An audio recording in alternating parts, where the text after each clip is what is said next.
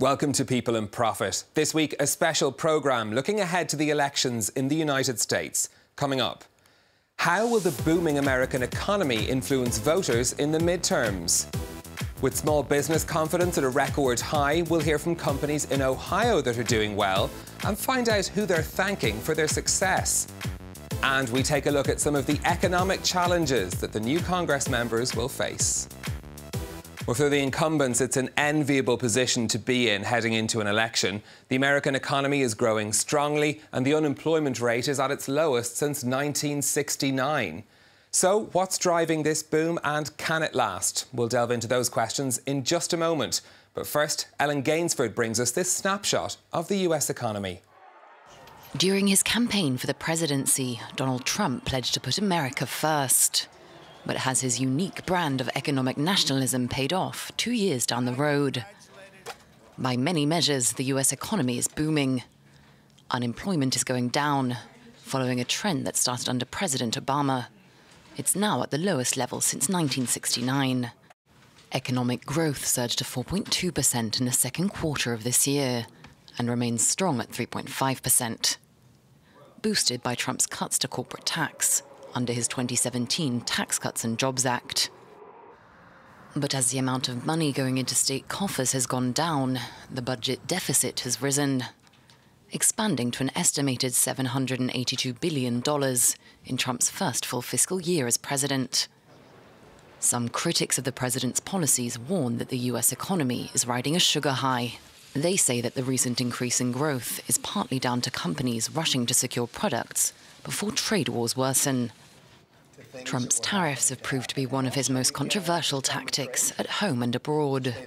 His main target has been China, a country he accuses of unfair trade practices. On the international stage, Trump has steadily torn up trade deals, withdrawing from the Trans-Pacific Partnership and forcing a renegotiation of NAFTA. But it's how his policies are being felt by everyday Americans that's about to be put to the test. Economic growth is no guarantee of midterm success. Well, to talk about this further, we can go to Washington and speak to Adam Posen, president of the Peterson Institute of International Economics. Adam, thanks for being with us. When you look at the big figures for the American economy, it looks like a pretty rosy picture. Is that trickling down to voters? Are they all feeling the benefit of the booming American economy? Not all, but a pretty big majority. I mean, you are having this enormous fiscal stimulus. Even you've got the tax cuts, you've got spending, and a lot of it is biased towards helping the rich people and corporate profits, but some of it then leads to growth that gets to other people. We're seeing a bit of real wage growth. Consumer numbers are just out, and they're as confident as they've been any time in the cycle. So politically, it may not be a good thing, and it may not be sustainable, but they're definitely feeling it for a large part of the country. And is this playing into the discussion around these elections? Are people kind of hailing the great economy as being a sort of reason to, I suppose, bump the Republicans?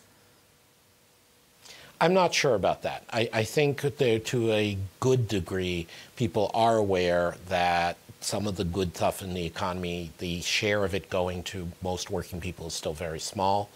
And to a lesser degree, I think people are aware that this is something of a temporary boom. But again, this is heavily influenced by people's partisan identity. Republicans, and particularly Republican males, tend to see the economy very differently than Democrats and Democratic females.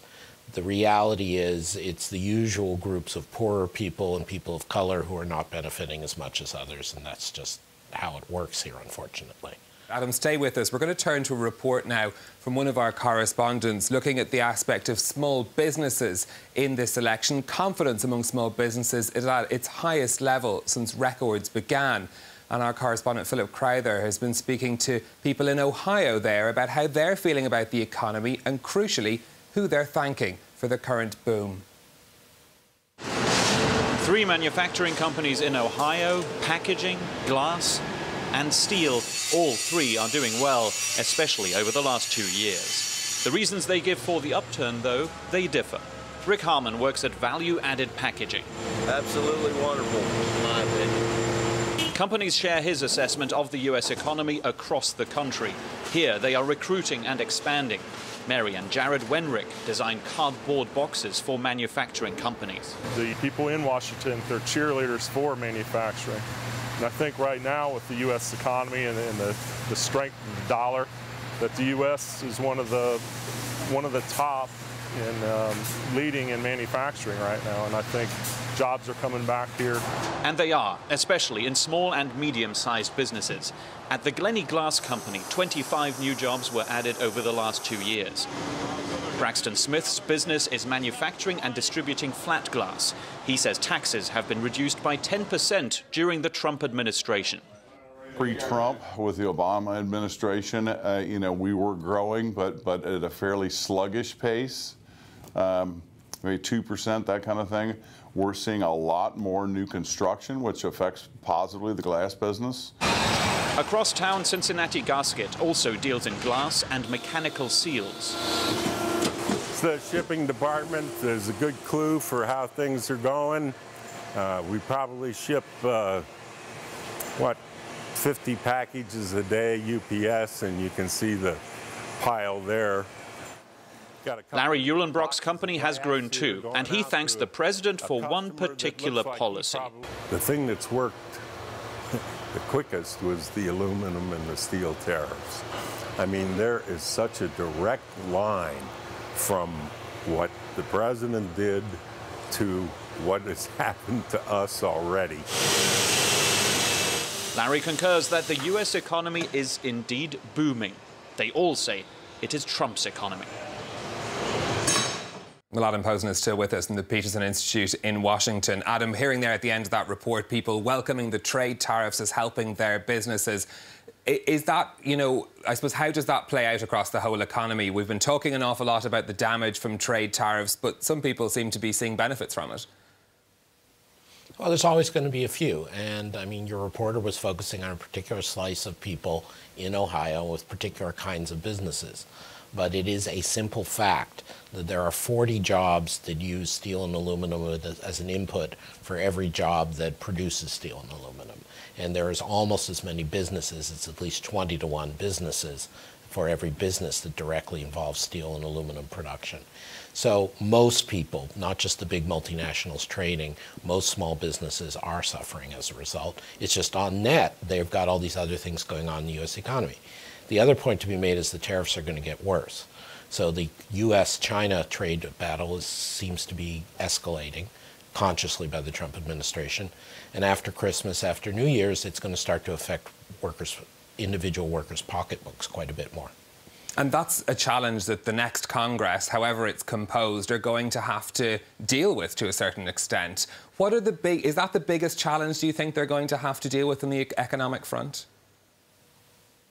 On the economic front, the Congress has essentially 2 big challenges. One, as you say, is trade, both for the good of the country long-term and because specific constituencies like agriculture, consumers, auto buyers, producers of machinery are getting hurt by the trade war. They're going to have to figure out how to rein in the executive in the U.S.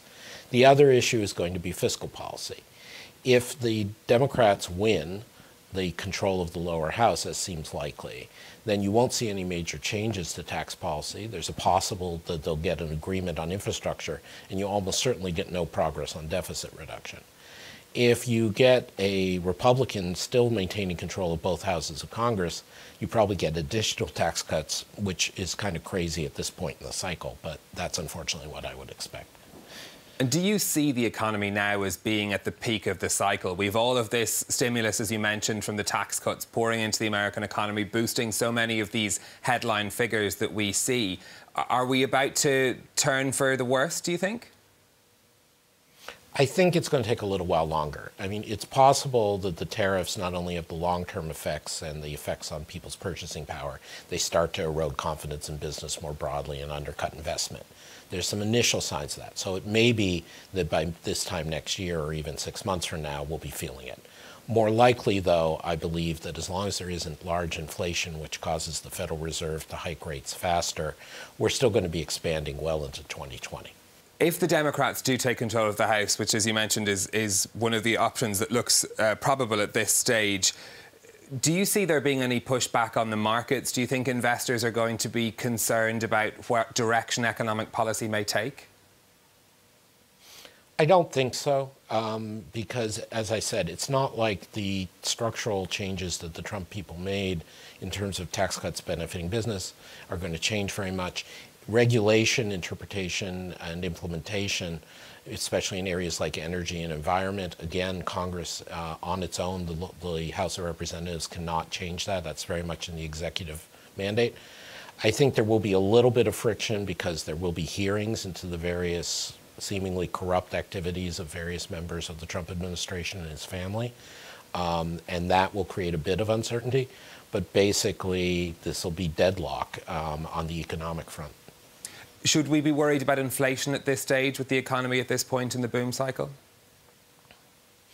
I don't think of it as something due to the cycle. I think we are still got a little ways to go to get more people into the workforce, and there's a lot of room for companies to increase wages if they want new employees, given all the profits the companies have and given how little wage growth there's been for many years. Just as in Germany, there was catch-up wage growth after several years of boom without much of an inflation problem. There is, however, more of a risk of inflation now than I had thought any time in the last 10, 12 years. We're going to have the combination of the tariffs putting up inflation, the Iran sanctions interfering with oil prices. Maybe wages will come in faster than I think, which wouldn't be all bad. And then you put all that together, plus the ongoing fiscal stimulus, the Fed could have to accelerate. I think we'll know that in the first 6 months of 2019. I still think more likely than not, the Fed will be able to just stay where it is and inflation won't go up very fast. OK, Adam Posen of the Peterson Institute, thank you very much for speaking to us from Washington. Thank you. Well, that's it from us for now, but do get in touch with your comments on the American elections. You'll find us on Facebook at France 24 Business, or you can tweet me at NewStephen. Until next time, thank you for watching.